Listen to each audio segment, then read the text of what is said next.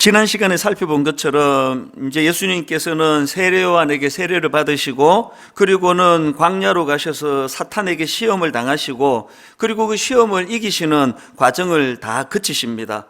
이런 과정을 거치시고 드디어 오늘 본문에서부터 예수님의 공생의 사역이 시작이 되는데요. 제가 주목하는 것은 이렇게 예수님께서 공생애를 시작하는 그 시점에 가장 먼저 행하신 것이 하나님 나라에 대한 선포였다는 것입니다. 15절 이르시되 때가 찼고 하나님의 나라가 가까이 왔으니 회개하고 복음을 믿어라 하시더라.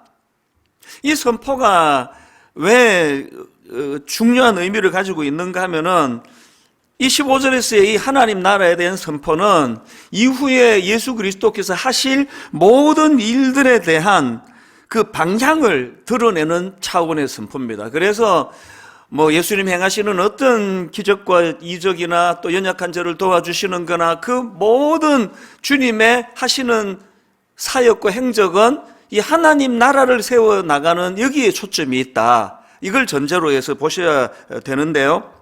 그런데 오늘 본문에 보면은 이제 예수님께서 이렇게 하나님 나라를 선포를 하시는데 그 하나님 나라에는 어떤 성격이 내포되어 있는가가 여기에 드러나 있습니다. 15절을 다시 보시겠습니까?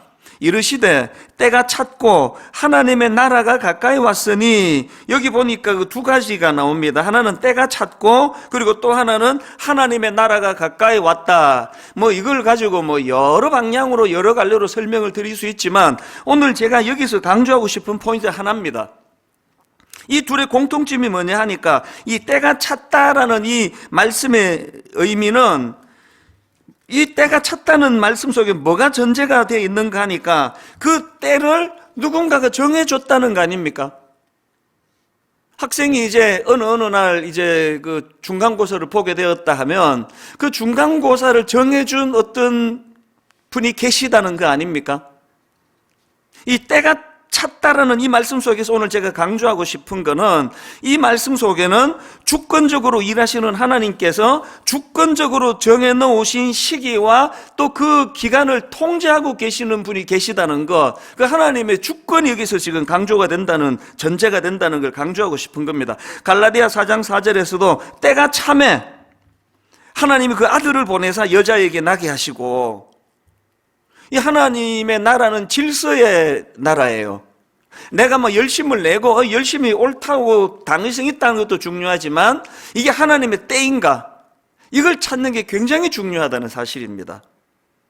그런가 하면 그 다음 나오는 하나님의 나라가 가까이 왔다, 이 표현도 마찬가지입니다. 아람으로 하나님 나라는 왕적인 통치 혹은 주권 이런 뜻을 담고 있는 단어거든요. 표현이거든요.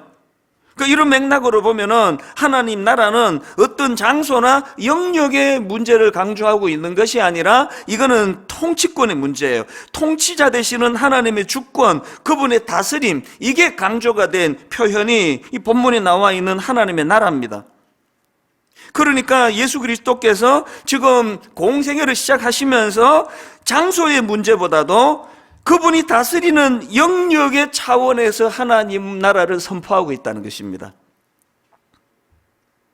그런가 하면 이 15절에서의 그 하나님 나라의 선포를 보면은 예수님께서는 이렇게 하나님 나라를 선포하시면서 두 가지 명령을 내리시는 것을 볼 수가 있습니다. 15절을 다시 보십시오.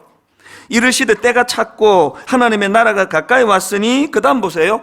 회개하고 복음을 믿으라 하시니라. 여기 보면은 두 가지 명령이 나오는데요. 회개하라, 그리고 복음을 믿어라. 이거는 사실은 같은 의미를 좀 강조하고 있는 그런 중복적인 표현이라고 생각을 합니다. 먼저 앞에 나오는 회개하라라는 의미를 살펴보면은 여기 나오는 회개라는 단어는 방향 전환, 또 되돌림, 또 마음의 변화, 이런 뜻을 가진 단어입니다. 그러니까 여기서 강조되는 회개하라는 말씀은 지금까지 너희들이 신뢰하고 의지하고 있는 그 대상에서 돌아서라는 거예요. 감정적으로 가슴이 뜨거워지는 게 회개가 아니고요. 예수님을 알기 이전에 하나님 나라를 생각하지 못하던 때 내가 의지하던 그 어떤 대상으로부터 돌아서는 것. 그 다음 나오는 복음을 믿어라, 이 명령도 마찬가지입니다. 여기 나오는 이 믿는다라는 단어는요, 이 본인이 믿는 신앙의 대상에 대하여 헌신하는 것까지가 포함되어 있는 믿음입니다. 가슴으로 머리로 믿는 거기서 한 걸음 더 나가가지고 내가 믿는 신앙의 대상에 대하여 헌신하는 자리까지 나가는 차원의 믿음, 이런 것들이 다 뭘 강조하는지 짐작할 수 있는 거 아닙니까? 이제 때가 찼고 하나님 나라가 가까웠으니 지금까지 당신들이 의지하고 당신들이 신뢰하던 그 대상을 바꾸어서 이제 메시아 대신 예수 그리스도를 믿고 따를 뿐 아니라 그분을 향한 헌신의 마음을 가지라는 것까지가 포함되어 있는 내용이다, 이렇게 받으시면 크게 틀리지 않았다고 생각합니다.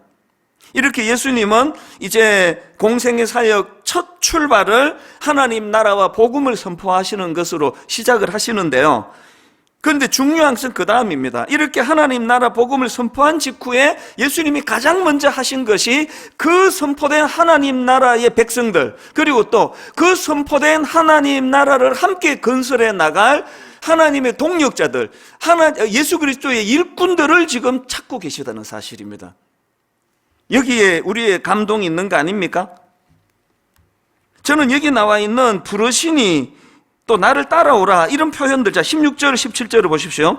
갈릴리 해변으로 지나가시다가 시몬과 그 형제 안드레가 바다에 그물 던지는 것을 보시니 그들은 어부라. 예수께서 이르시되 나를 따라오라. 또 19절 20절 조금 더 가시다가 세베대의 아들 야고보와 그 형제 요한을 보시니 그들도 배에 있어 그물을 깁는데 곧 부르시니, 여기 너무나 중요한 의미가 있습니다. 주님은 당신의 공생의 시작을 하나님 나라 선포로부터 시작하시고 그 하나님 나라를 세워나가는 그 천국 백성으로 사람을 부르고 계시다는 것, 오늘 우리 예수 믿는 우리 모두가 다 어떻게 예수 믿게 되는지 모르지만 여러분, 우리 모두가 목말라 해야 되는 건 이 주님의 부르심이에요. 이 부르심이 어떻게 반응하는가? 저는 이렇게 예수님의 공생에 당신이 직접 어떤 일을 행하시기 전에 먼저 그 제자들을 부르시는 이 내용을, 또 그 과정을 보면서 참 두 가지 중요한 의미를 발견하는데요. 첫 번째 의미가 뭐냐 하면은 이 예수님 당시 랍비와 제자들 간의 사이는 주로 제자들이 그 가르침 받고 싶은 랍비를 그 제자들이 선택해가지고 자기가 선택한 랍비를 찾아가는 이런 그 관행이라 그럴까요? 이런 문화를 갖고 있던 상황이라는 겁니다. 그런데 예수님은 지금 제자들이 찾아오기를 기다리시지 아니하시고 주님이 제자들을 찾아가세요. 여기에 참 중요한 의미가 있는데요, 전혀 권위적이지 않으신 겸손하신 예수님의 모습을 볼 수가 있습니다. 그런가 하면은 또 한 가지, 여기에 이 예수 그리스도의 주도성, 하나님 나라는 우리가 거기에 동참하지만 하나님이 주도성을 가지고 일하시는 분, 주권자는 하나님이시라는 거예요. 우리 교역자들이 항상 이걸 두려워해야 돼. 특히 담임 목사. 자꾸 앞에서 자기가 뭐를 하다가 보면은 예수님보다 앞서 일할 때가 많습니다. 그래서 우리 목회자가 하나님 뜻을 구하는 기도를 안 하고 목회하는 것은 그건 아주 악한 짓이에요. 늘 주님의 주도성을 인정해 드린다면 그분이 뭘 원하시는지를 그래서 목회자들은 새벽에 일어나야 됩니다. 절대 새벽에 일어나셔야 돼요. 하루 일과를 시작하기 전에 그분의 주도하심을, 그분의 뜻을 살피는 일이 먼저 되어야 된다. 그런가 하면은 여기 또 한 가지 주의해서 봐야 할 것이 있는데요. 자, 16절 17절을 다시 보십시오. 갈릴리 해변으로 지나가시다가 시몬과 그 형제 안드레가 바다에 그물 던지는 것을 보시니 그들은 어부라. 예수께서 이르시되 나를 따라오라. 내가 너희로 사람을 낚는 어부가 되게 하리라 하시니, 그 다른 랍비들처럼 원하는 제자들이 자기를 찾아올 때까지 기다리시는 게 아니라 삶의 현장으로 직접 찾아가시는 예수님의 모습을 말씀드렸는데, 어디를 찾아가시느냐? 제자를 찾으러. 회당으로 가신 게 아니에요. 예배하는 그 장소를 찾으신 게 아니라 고기 잡는 삶의 현장, 어부들에게 고기 잡는 삶의 현장, 그게 갈릴리 해변으로 지나가시다가 의미 아닙니까? 그리고는 그들의 정황에 맞는 말씀을 주시는 거예요. 내가 너희로 사람을 낚는 어부가 되게 하리라. 뭐가 강조가 되는 겁니까? 오늘 우리가 교회 와서 예배 드리고 막 은혜 받고 이것도 중요하지만 진짜 중요한 것은 삶의 현장이에요. 제가 분당 우리 교회를 처음에 개척을 할 때 그 창립 멤버 중에 지금은 이제 장로님이 되셨습니다만 그분이 이제 고등부 교사로서 같이 일을 했는데요. 제 마음에 이분을 흠모하게 된 계기가 있습니다. 고등부 전임 사역자니까 학생들 신방도 해야 되지만 이제 교사들 신방도 해야 되는데요. 이분은 이제 그 당시로 병원이 경기도 안산에 있었습니다. 꽤 먼 지역이었는데요. 제가 이제 그 고등부 교사로서 안산에 신방을 하고 개척을 앞두고 뭐 그 어간이었던 것 같아요. 그분을 만나 이제 병원으로 가 신방을 하고 그렇게 하고 이제 인사하고 나오는데 엘리베이터에서 내가 이분에 대한 인식을 갖게 된 거예요. 그때 이제 같이 원장님이 쭉 엘리베이터까지 따라 나오시고 이제 인사 나누시고 저는 이제 성경을 들고 있고 이제 엘리베이터 들어가니까 거기에 그 청소하시는 아주머니 한 분하고 그 관리인으로 기억을 합니다. 어렴풋한데요. 어떤 남자분이 같이 타셨어요. 그러고는 하는 말이 원장님 만나고 가십니까? 교회에서 오셨네요. 뭐 이런 요지로 이야기를 나누면서 진짜 존경스러운 분이라는 거예요. 저 원장님은 진짜 예수 잘 믿는 분인 것 같다고. 제가 그분에 대해서 이 두 분의 평가 듣고 내가 그분 완전히 믿기로 한 겁니다. 솔직히 창립 멤버로 제가 누구도 부르고 그러지 않았다고 했지만 은근히 와주기를 아주 은근하게, 그리고 지금까지 우리 교회 와서 장로님이 되시고 또 함께 지금까지 교회에서 신앙생활을 하면서 저는 그분 존재가 정말 존재가 너무 위로가 돼요. 여러분 교회에서 열심히 내시는 분들 너무너무 감사하고요. 저는 그분들이 삶의 현장에서 엘리베이터에서 만나는 청소하시는 분, 또 관리인 하시는 분, 이런 분들이 다 저분 예수 믿기 때문에 저분 진짜 좋은 크리스찬이라고, 이런 삶의 현장에서 평가받는 이것이 너무나 중요하다는 걸 꼭 기억하시면 좋겠습니다. 이렇게 주님은 친히 제자들의 삶의 현장으로 찾아가셔서 그들을 부르시는데요. 자, 이제 좀 제대로 살펴봐야 될 게 하나 있습니다. 이렇게 주님께서 동역하실 제자들을 찾아 부르시고 계시는데 그렇게 부르시는 주님에 대한 제자들의 반응, 이게 참 중요한 거 아닙니까? 자, 17절과 17절을 포인트를 달리해서 다시 읽어드립니다. 예수께서 이르시되 나를 따라오라 내가 너희로 사람을 낚는 어부가 되게 하리라 하시니 곧 그물을 버려두고 따르니라. 이 따르니라가 나오고요. 19절 20절 조금 더 가시다가 세베대의 아들 야고보와 그 형제 요한을 보시니 그들도 배에서 그물을 깁는데 곧 부르시니 그 아버지 세베대를 품꾼들과 함께 배에 버려두고 예수를 따라가니라. 여러분 여기 나오는 이 두 차례에 걸친 따르니라 따라가니라, 이 반응이 정말 이게 중요한 소중한 반응입니다. 왜냐하니까 이건 몇 갈래로 의미를 부여할 수 있는데 여기에는 믿음의 결단이 담겨져 있기 때문입니다. 제가 앞에서 15절 설명할 때 말씀 다시 한번 되짚어 보십시오. 예수님이 15절에서 이르시되 때가 찼고 하나님의 나라가 가까이 왔으니 회개하고 복음을 믿으라 하시더라. 하나님 나라가 선포될 테니까 니들이 두 가지를 해야 되는데 여기서 말하는 회개는 뭐 어떤 의미라 그랬습니까? 삶의 방향의 전환 차원의 회개라 그랬잖아요. 지금 신뢰하고 의지하는 대상으로부터 돌아서는 차원에서의 회개라고 말씀을 드렸잖아요. 그 다음에 복음을 믿으라 할 때도 이 말씀도 이제 예수 그리스도를 메시아로, 이제 예수 그리스도를 하나님의 아들로 수용하고 그분에 대한 믿음을 가질 뿐만 아니라 그분에게 헌신하라라는 내용도 포함되어 있다고 말씀드렸잖아요. 그러니까 지금 제자들이 두 번에 걸쳐서 삶의 현장에서 따르니라 가느니라라는 이렇게 반응을 보인 여기에는 그 앞에 15절에서 예수님이 선포하셨던 이 명령, 이르시되 때가 찼고 하나님의 나라가 가까이 왔으니 회개하고 복음을 믿으라는 이 말씀을 삶의 현장에서 구현해낸 의미라는 것입니다. 이게 얼마나 중요한 의미입니까? 그런가 하면은 두 번째로 여기 따르니라 따라가니라라고 반응했던 이 제자들의 두 번째 의미, 이 반응의 의미가 뭐냐 하니까 이거는요 우선순위의 변화 차원에서의 결단이 내포되어 있다는 겁니다. 이 우선순위가 바뀐 거예요. 18절 20절에 보면은 따르니라 따라가니라 앞에 똑같은 전제가 거기 붙어 있습니다. 18절을 보십시오. 곧 그물을 버려두고 따르니라. 20절 곧 부르시니 그 아버지 세베대를 품꾼들과 함께 배에 버려두고 예수를 따라가니라. 이 두 번에 걸쳐 나오는 버려두고의 의미가 뭘 내포한다고 생각하십니까? 삶의 우선순위가 달라졌단 말이에요. 그들이 버려둔 그물은 우선순위가 바뀌기 이전에 가장 소중했던 도구예요. 어부에게 그물이라는 거는 이거는 뭐 생계의 수단 아닙니까? 근데 그거를 버려두고 주님을 따랐다. 그러니까 옛 도구를 버려두고 옛 도구를 청산하고 주님을 따라갔다는 건 사람을 낚는 어부가 되게 해주시겠다는 주님의 말씀을 전적으로 신뢰하고 수용하며 따라간 그런 믿음이 내포되어 있다. 우선순위의 변화를 말한다. 이런 의미고요. 그런가 하면 한 가지 더 있습니다. 세 번째로 제자들이 따르니라 따라가니라라고 반응했던 이 반응에는 이 즉시 결단하는 믿음이 내포되어 있다는 이 즉시하는 결단. 18절에 곧 이게 즉시 그물을 버려두고 따르니라. 망설임이 없었다는 거예요.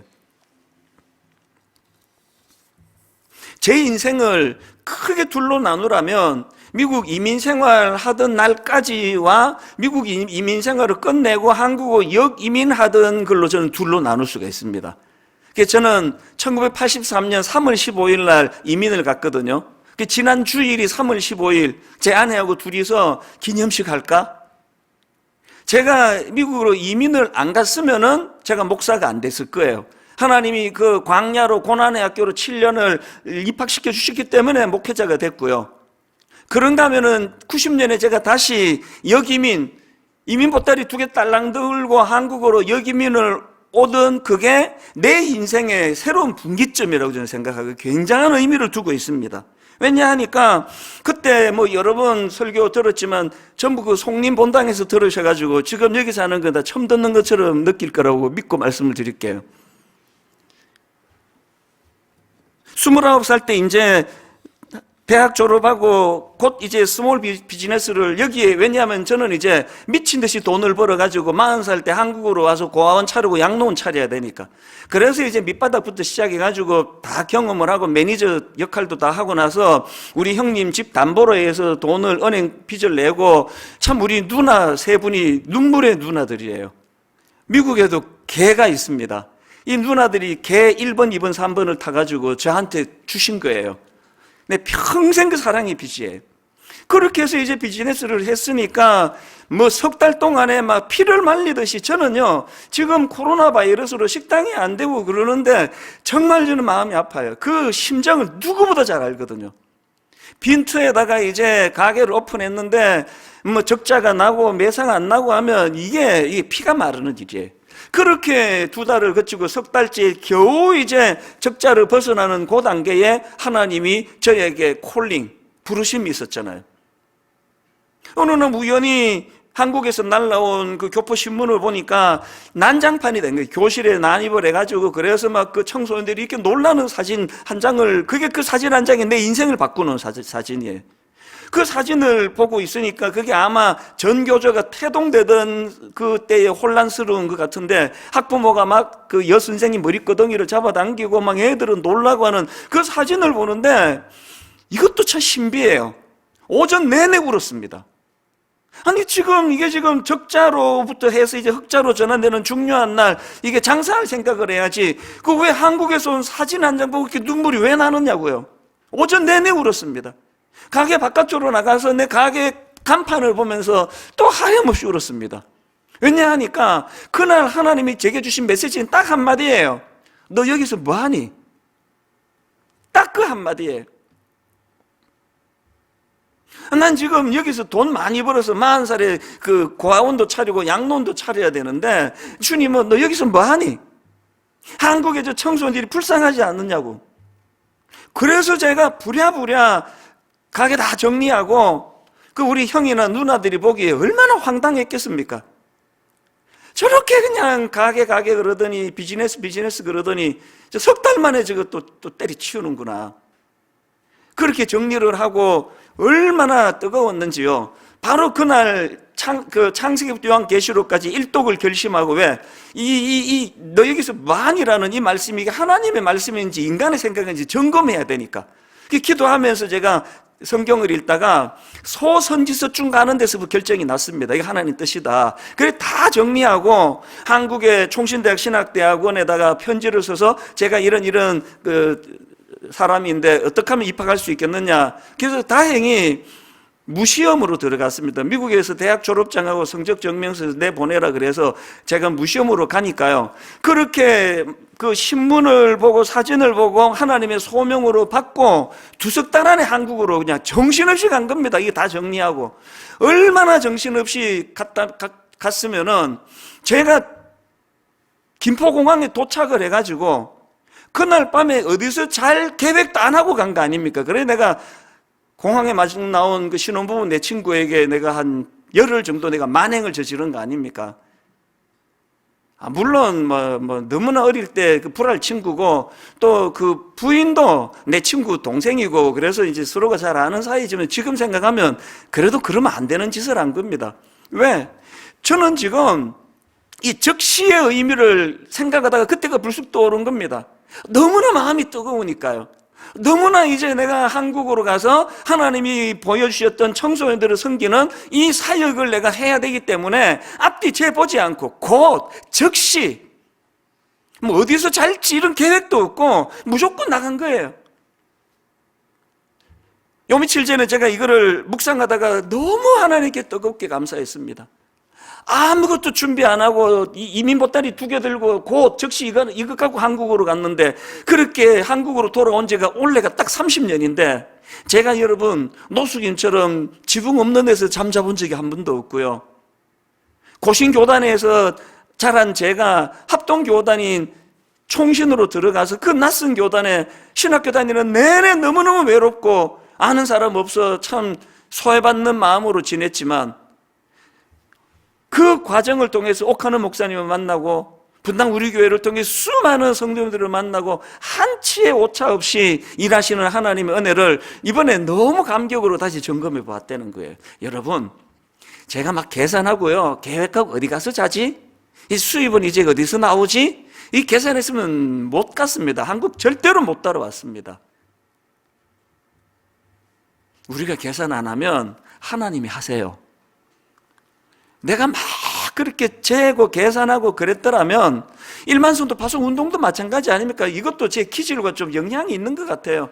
자다가 일어나가지고 내가 무슨 철학이 있는 것도 아니고 무슨 어떤 그런 의지가 있는 것도 아니고 잠결에 그냥 주님께서 이 한국 교회가 이렇게 어렵고 미자리 교회가 많은데 네 한 교회만 4,000명 5,000명씩 등록하는 게 옳은 일이냐고 그 말씀에 그냥 그 자리에서 즉시 곧 그냥 쑥 말씀드린 거 아닙니까? 어떻게 할 대책도 없는데 이게 쫓겨나기 좋은 소리지 무슨 제가 이 드림센터를 당에 결정도 안 하고 내 멋대로 이거를 10년 쓰고 누구를 주느니 마느니 이런 이야기를 하느냐고요. 그랬는데 여러분 지난 10년 이제 딱 정확하게 7년을 되돌아보면서 감격이 이거 아닙니까?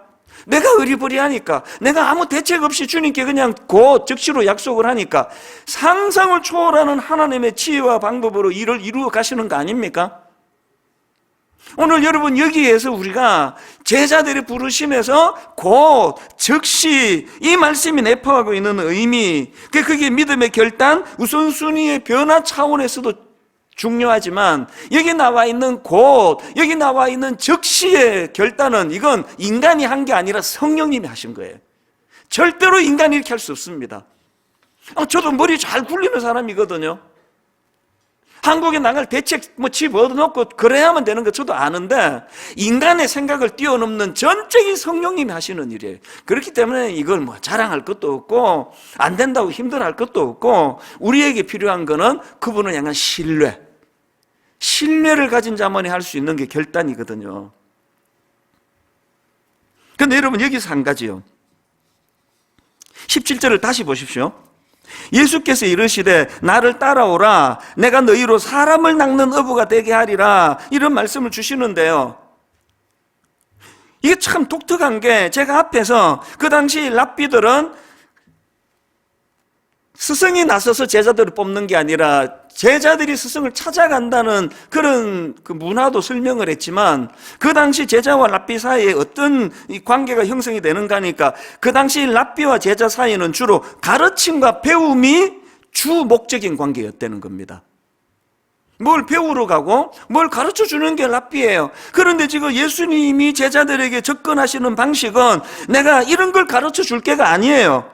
그 사람들에게 사람을 낚는 어부가 되게 하겠다. 뭘 의미합니까? 주님이 니들을 부르는 건 내가 뭘 가르쳐 주는 게 목적이 아니라 니들에게 꿈을 심어주겠다는 거예요. 부름받기 전에는 고기 잡아 생계를 연명하던, 다시 말해 고기를 상대하며 살던 그런 예수님의 제자들이 주님과의 첫 만남이 너무 강렬했을 거 아닙니까? 사람을 낳는 어부가 되게 해주겠다. 이후에 여러분 사도행전에 다 아시잖아요. 베드로가 말씀을 선포하고 3,000명이 넘는, 3,000명이나 되는 그런 사람들이 회개하고 돌아올 때 그 광경을 베드로가 보면서 어떤 감격을 느꼈을까요? 좀 확신합니다. 그 어설픈 배운 것도 없는 어부인 자기가 말씀을 전하는데 그 말씀에 파워풀한 영향력이 나타나 성령 충만함으로 3,000명이 회개하는 그 현장을 보면서 주님과의 첫 만남을 생각했을 거예요. 그때 주님이 사람을 낚는 어부가 되게 하신다는 게 이게 이런 뜻이었구나. 이게 이런 의미였구나. 주님을 만나면 이런 꿈을 그려주시고 소망을 그려주시고 꿈으로 그렇게 나아가도 해주시는 걸 알았는데, 이렇게까지 해주실 줄은 몰랐다는 것을 아마 가슴 떨리게 그 현장에서 아마 뜨거움을 삼켰을 거예요. 그래서 제가 오늘 설교 제목을 더 큰 그림을 그리며 사는 인생이라 그러지 않았습니까? 여러분, 우리가 우리 인생을 제한만 시키지 않으면요, 저는 지금 저의 70대가, 저의 80대가 어떤 그림으로 그려나갈지 가슴이 벅차오를 때가 한두 번이 아니에요. 내가 그걸 방해만 하지 않는다면. 여러분 부탁합니다. 아직도 그렇게 머뭇머뭇거리세요? 주저주저 하세요? 주저주저 하는 정도가 아니라 날마다 그렇게 안달복달하고 계시다면, 저는 조금 전에 찬송가 302장이 막 너무나 가슴을 격동시키는 걸 조금 전에 경험했습니다. 1절에 내 주 하나님 넓고 큰 은혜는 저 큰 바다보다 깊다. 너 곧 닷줄을 끌러 깊은 데로 저 한가운데 가보라. 2절 가사가 이렇습니다. 왜 너 인생은 언제나 거기서 저 큰 바다 물결 보고 그 민 모르는 깊은 바다 속을 한 번 헤아려 안 보나? 주님의 안타까움이 2절에 녹아 있는 거 아닙니까? 3절 가서도 마찬가지입니다. 많은 사람이 얕은 물가에서 저 큰 바다 가려다가 찰싹거리는 작은 파도 보고 마음 약하여 못 가네. 4절에서 주님이 우리에게 선포하십니다. 자, 곧 가거라. 이제 곧 가거라. 저 큰 은혜 바다 향해. 자, 곧 너의 노를 저 깊은 데로 가라. 망망한 바다로. 너무너무 막 가슴이 뜨거워지는 겁니다. 1절, 2절, 3절, 4절에 동일하게 나오는 후렴 가사가 이렇습니다. 언덕을 떠나서 창파에 배 띄워 내 주 예수 은혜의 바다로 내 마음껏 저어가라. 맨날 그 큰 그림을 그려주시는 주님을 이해를 못해가지고 그냥 아무것도 아닌 거 가지고 맨날 거기에 마음 쓰고, 우리 지금 21일 기도회에 그 느헤미야를 한번 보세요. 그 대적하는 것들이 뭐라고 찝쩍거리고 뭐라고 방해를 해도 그 상대하지 않습니다. 하나님 상대합니다. 뭐라고 그 도비야라는 인간이 그냥 니들이 그 성벽 세워봐야 그거 뭐 여우 한 마리 올라앉아도 금방 무너질 것이 약할 것이다. 그 상대하지 않습니다. 그리고 우리 그 봉헌식을 거행할 때 보면은 그 봉헌식 할 때 그 만든 성벽 위를 행진하게 하는 그 모습을 보면서 큰 그림을 그리면서 가는 거 아닙니까? 주님이 큰 그림을 그려주지 않았으면 저도 아마 노이로제 걸렸을 거예요. 우울증 100% 왔습니다. 어떨 때 막 이 우울증과 비우울증 사이를 왔다 갔다 하는 것처럼 느낄 때도 한두 번이 아니었습니다. 그럴 때마다 큰 그림을 주시는 주님을 보면 또 치유가 되고, 큰 그림을 그려주시는 주님을 보면 회복이 되고, 뭐라고 그냥 말도 안 되는 걸 가지고 공격을 해도 묵묵히 주님이 주시는 그림으로 설명하셔. 그림으로.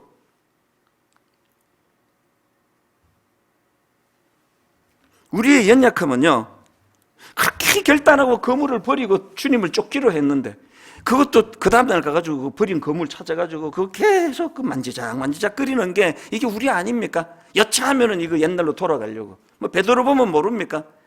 다시 뭐 옛날로 돌아가고. 그게 우리 모습이에요. 여러분, 결단한다는 게 뭐냐? 내 참 부끄러운 얘기인데요. 그렇게 역이민 한국으로 와놓고도 바로 그 시민권을 제가 반납 안 했습니다. 부끄러운 얘기인데 계속 갖고 있었습니다. 왜? 인생이 어떻게 될지 모르는데, 근데 이게 내 인생의 결정적인 방해가 되는 겁니다. 아니, 목회하다가 뭐 조금만 어려우면, 아이씨, 미국 가버릴까, 그냥? 뭐하러 내가 여기 비행기 타면 미국 가는데, 미국에 가서 목회도 되는데, 계속 그런 충동이 나는 거예요. 그래서 제가 어느 날, 이래갖고는 안 되겠다. 왜? 반드시 미국 되돌아갈 것 같아가지고. 그래서 제가 시민권을 반납하러 광화문에 갔는데, 그날을 저는 잊지 못합니다. 저의 이 나약함. 제가 이제 그 미국 대사관에 가가지고 시민권 반납 서류를 제출하니까 그 여자분이에요. 잊혀지지가 않아요. 그 서류를 받으면서 딱 한마디 하더라고요. 너 미국 시민권 반납하면 라이프타임에, 요 말이 잊혀지, 라이프타임에 다시는 미국 시민권 못 받는데 그래도 괜찮았냐고.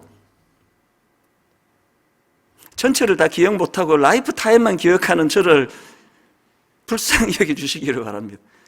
그렇게 하고는 사인하고 반납하고요. 미국 대사관에서 경복궁역까지 빠르게 걸으면 한 5, 6분이면 가는 거리인데요. 계속 마음에 갈등이 일어나는 거예요. 지금이라도 그 서류 되돌려 달라 그래서 찢어버리면 나 미국 시민권 유지하는데. 그래서 결정적으로 되돌아선 게 한 3번 되고요. 받으러 가려고. 마음으로는 100번도 더 했습니다. 지금 와서 돌아보면은 그거 되돌려 받아봐야 하나도 필요 없는 건데, 이게 인간이에요. 이게 다시 그물을 만지작 끓일 수밖에 없는 인간의 연약함 아닙니까? 저는 단언합니다. 이찬수 목사의 목회는요, 대사관에 시민권 반납하고 그렇게 충동적으로 가서 그 되돌려 받고 싶은 마음을 억제했던 거기서부터 제 목회가 시작이 됐습니다. 왜 그럴까요? 이제 나는 못 돌아가요. 여기 끝이에요. 여기서 내가 승부를 걸지 않으면, 여기서 내가 실패하면 내 인생 끝장이다. 그렇게 배수의 진을 치면서부터 목회에 올인하게 된 것 같습니다. 하나님 나라도 마찬가지예요. 여러분, 세상에 그물 만지작거리지 마시기를 바랍니다. 여기 찔끔 저기 찔끔 여차하면 돌아갈 생각하는 거 안 됩니다. 오늘 이 말씀 앞에 반응하시기를 바라는데요, 그물을 버리시기를 바랍니다. 곧 버려두고 새로운 가치관을 가지고.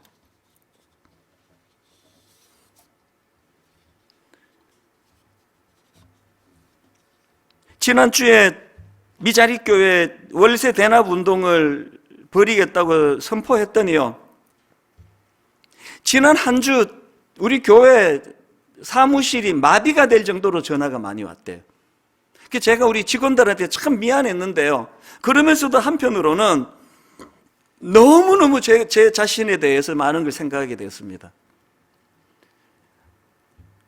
분당 우리 교회는 뭐 코로나 바이러스고 뭐고 뭐 아무 걱정이 없기 때문에 오늘도 이렇게 임대료 때문에 걱정, 어떤 분은 전화로요 막 40분씩 그렇게 호소를 하는 분도 계시다는 거예요. 그 직원이 그 들어봐야 아무 소용이 없는데 답답하시니까. 너무나 어려움을 겪고 있는 사역자들이 많다는 그 이야기를 들으면서 진짜 마음이 아팠습니다.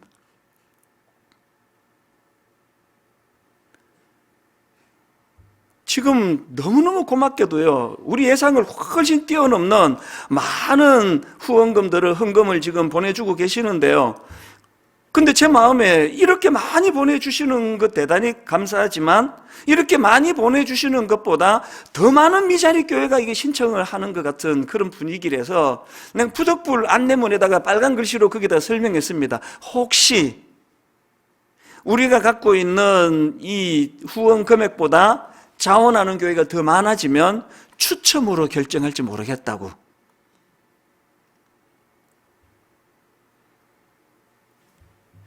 오늘의 결론은 이렇게 맺기를 원합니다. 하나님은 우리에게 큰 그림을 보여주세요.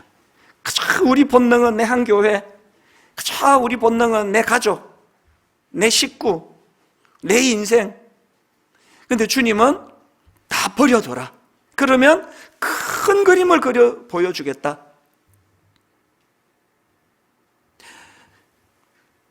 오늘 시간이 없어가지고요, 이 예수님의 제자들이 단번에 그 부르심 앞에 어떻게 단번에 순종했는가는 제가 다음 시간에 설명을 드리기로 하고 말씀을 이렇게 정리하기를 원하는데요. 우리는 자꾸 하나님의 그림을 그리셔야 돼요. 그래서 작은 일에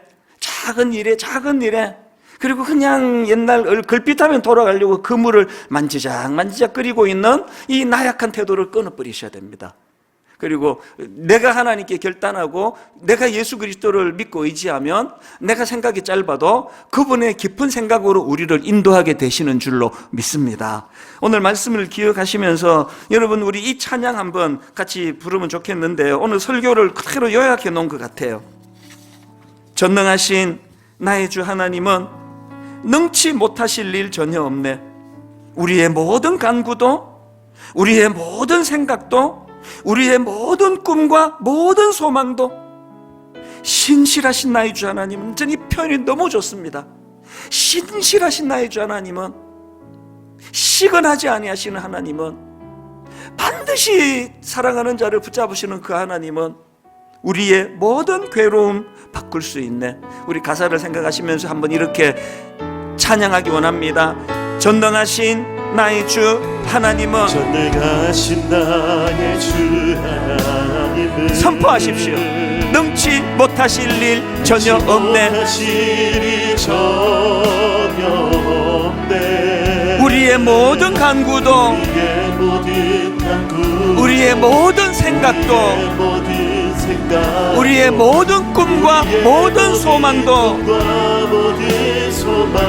선포하십시오. 신실하신 나의 주 하나님은 우리의 모든 괴로움 바꿀 수 있네. 불가능한 일 행하시고 죽은 자를 일으키시니 그를 이길 자 아무도 없네. 주의 말씀 의지하여 깊은 곳에 그물 던져 오늘 그가 놀라운 일을 이루시는 것 보라.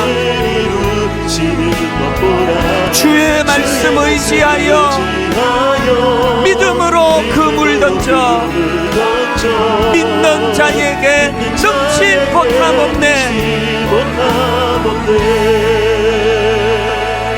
이 찬양 한 번 더 부르기 전에 하나님 앞에 우리가 정직해지는 것, 이것이 회복의 첫 출발입니다.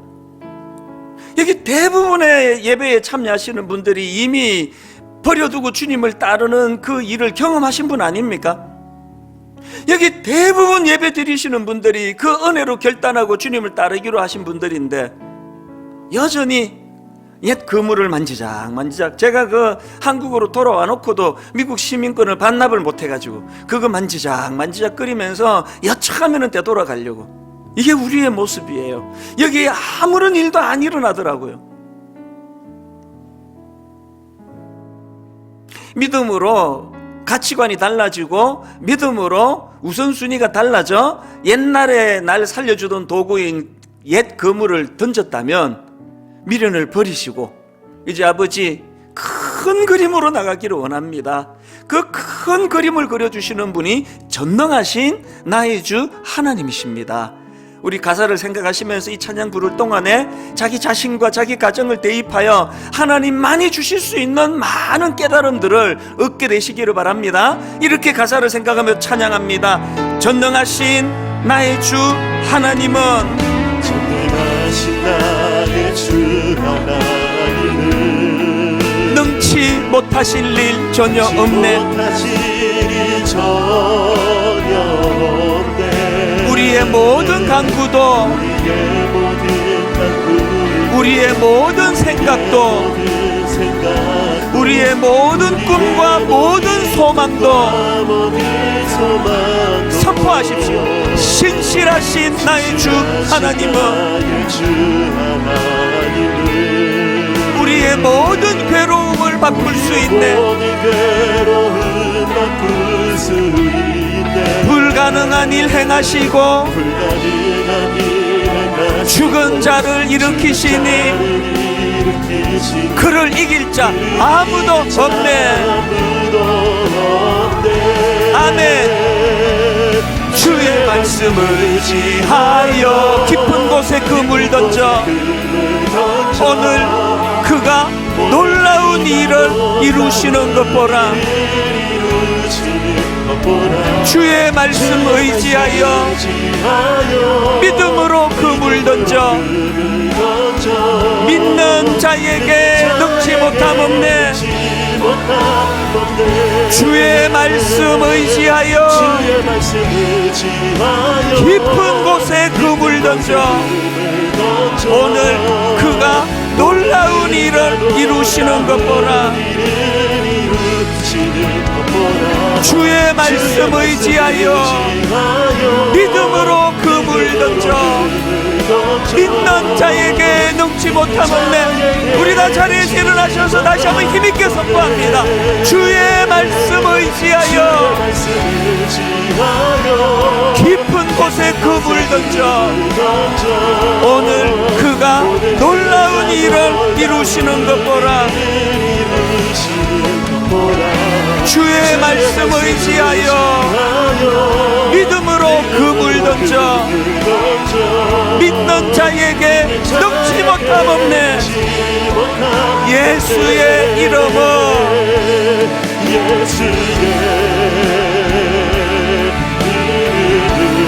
세상의 소망이요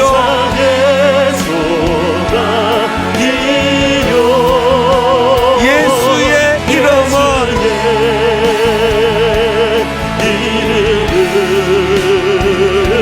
천국의 기쁨일세. 우리 마지막으로 한 번 더 선포합니다. 예수의 이름은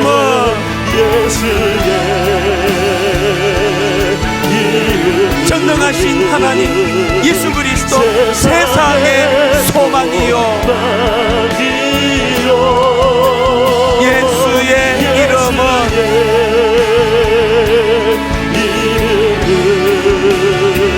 천국의 기쁨일세.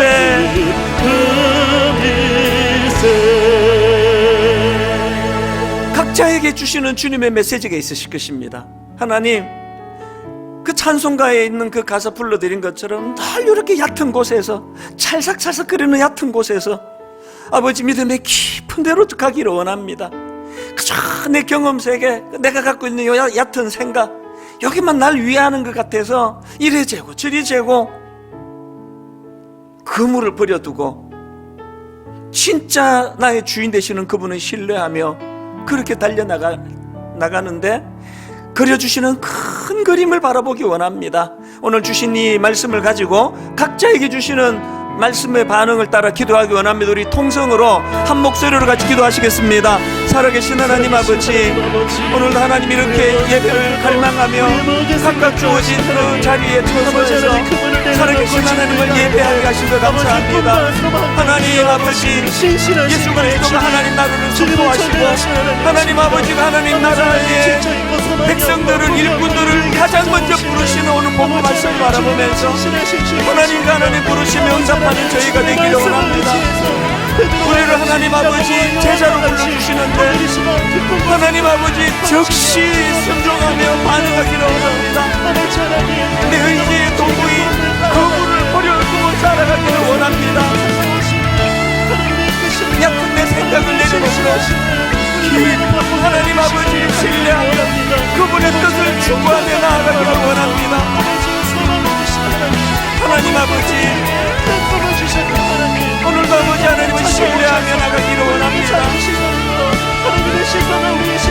무엇보다도 살아계신 하나님, 이런저런 두려움 속에 빠져있는 이 나라를 온 세계를 주님 불쌍히 여기시고 우리가 굳건히 가슴 아픈 코로나 바이러스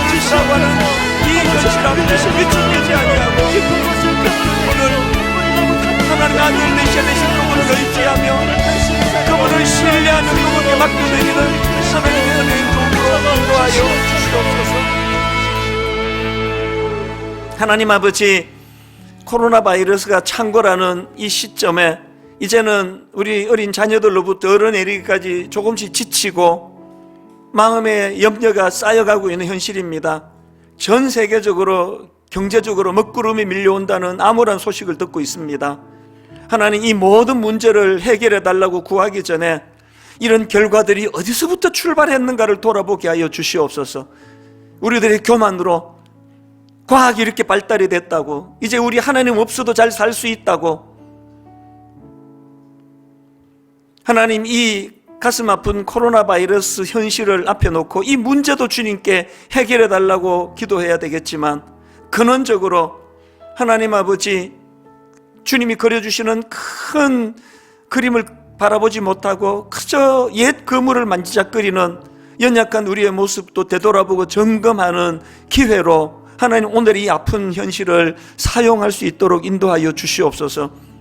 수많은 미자립 교회, 현실적으로 너무나 어려움에도 불구하고 오직 주님만 바라보고 의지하며 그렇게 인내하며 달려온 참 존경스러운 우리 그 주변의 동역자들을 바라보면서 우리도 그들의 믿음처럼 하나님 아버지, 이 결단하며 그물을 버려두고 달려나간 수많은 이 땅의 사역자들과 교회들과 주님의 자녀들에게 더 주님을 의지하고 붙잡는 믿음을 허락해 주시고, 하나님의 능력이, 하나님의 방법이 이 한반도 땅 또 전 세계에 드러나도록 하나님이 간섭하여 주시옵소서.